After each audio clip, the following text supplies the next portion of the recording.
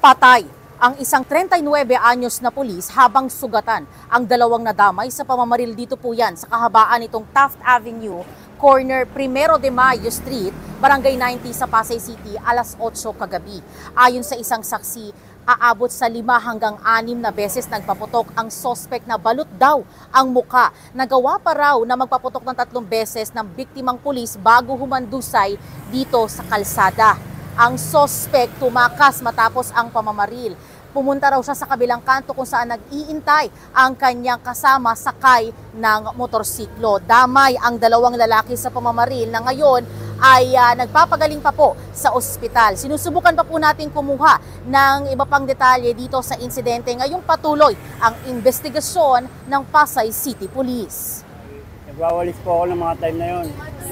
Nakatalikod po ako yun, ma'am. Bigla ko po narinig na may putukan po. Yun. Nagulantang po ako na yun nga, nagkaputukan. Nagpalitan po sila ng putukan.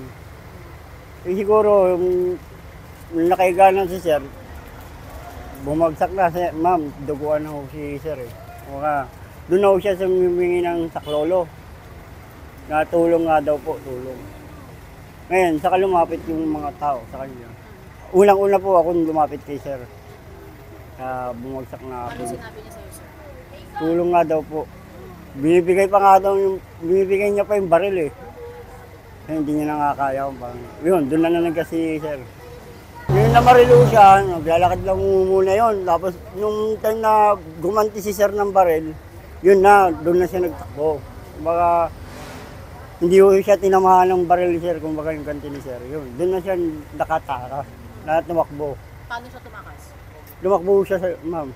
Lumakbo na ho siya hanggang papunta sa kasama niya. Doon pa daw. Papunta ho ng EDSA. Pagawin ng EDSA po. Mula po dito sa Pasay City, EJ Gomez para sa GMA Integrated News.